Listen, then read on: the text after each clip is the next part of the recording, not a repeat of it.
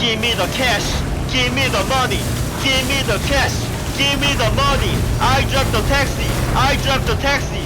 Give me the money. Okay. Now that your neurons are firing on all cylinders, Owen here, back with a final Wintertide brand build update for the 3.29 All-Flame League. Thanks to the 30% base damage buff this patch, the skill is definitely performing better than it has ever been, and I chose the Golem stack to scale my in-game damage. So you know the drill: Dark Monarch, Congregation Support, Primordial Bond. We end up with around 17 golems, so Primordial Bond gives 170% increased damage before all the other golem buffs. Now, while golem stacking is very potent, I understand it's also very expensive, so if you don't want a golem stack, I also have a non-golem stacking version, which I will quickly go over later. But as for the build performance, it very easily cleared everything in the game, and you can realistically dot cap Wintertide brand easier than ever before. As for some of the other tools this patch, unfortunately, Pact of Gore is not compatible with brands, so that never took off. I also did not end up using the new keystone, Bitter Frost, mainly because eventually you slot in an Aureus End flask for chain explosions, and the explosions do damage as a random element, so doing no non-cold damage would essentially brick your explosions, which is never worth it. Because you can brand recall while shield charging, the mapping experience is shield charging through the map while recalling your brands and watching packs chain explode.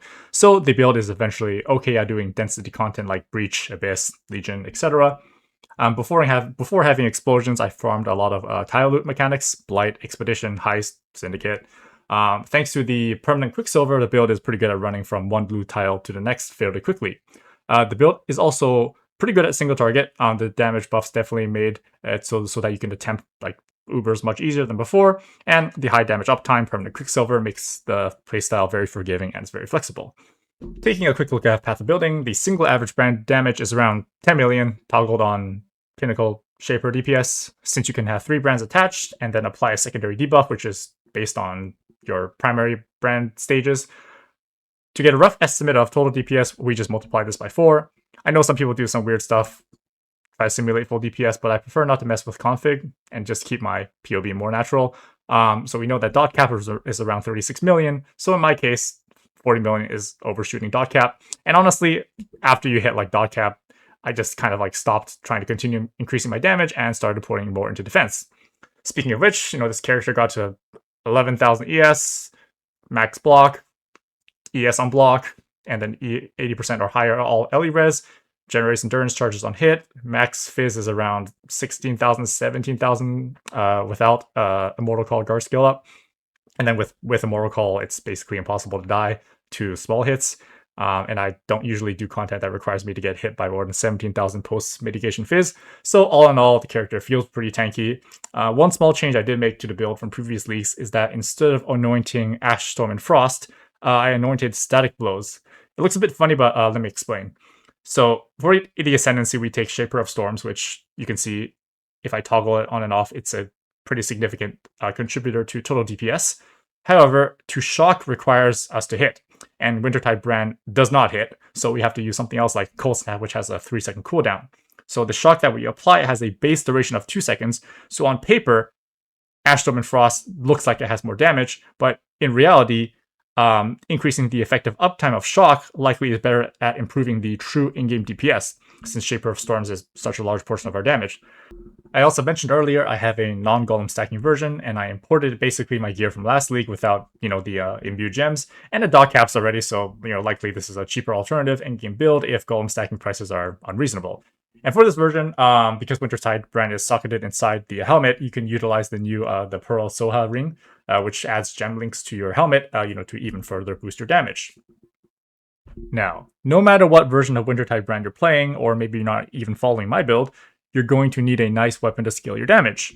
And using boat crafting from this league mechanic, I was able to craft probably the best in slot weapon for Wintertide brand. So like increased cold, +2 gems, tier 1 cold multi, tier 1 generic multi, tier 1 cast speed. Some might call this mirror tier, and in any other league I would agree. In All-Flame League, absolutely not. Let me show you how easy it is to craft this. The MVP of this craft is Kishara's Ducat. This item splits an item into individual modifiers.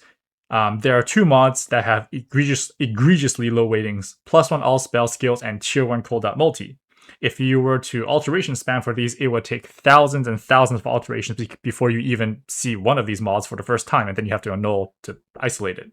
With Kishara's Ducat, you can just buy bases that already have these mods and then just split it for a perfect recon base. And the full craft is basically just a recon ladder. I'm going to assume you know some core mechanics of recombination because depending on like the output, you will need to follow different steps. But the basic goal is to slowly smash all of these tier 1 modifiers together as you climb the ladder. And then once I hit 4 mods, I use non-native modifiers on a donor base that also had tier 1 cast speed. And then as you expect, making the donor base is also much easier thanks to ship crafting. And then once I get to 5 mods, the craft is basically done.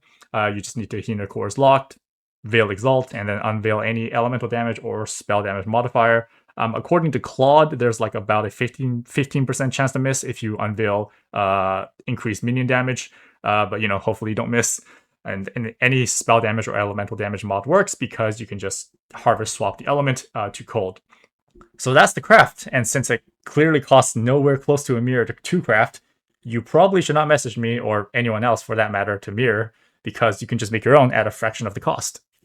And that's about it. Overall, my impressions of 3.29, pretty solid league since I'm pretty big on crafting. The ground loot issue kind of sucks, but I have faith Grinding Gear Games will come up with something and fix it eventually.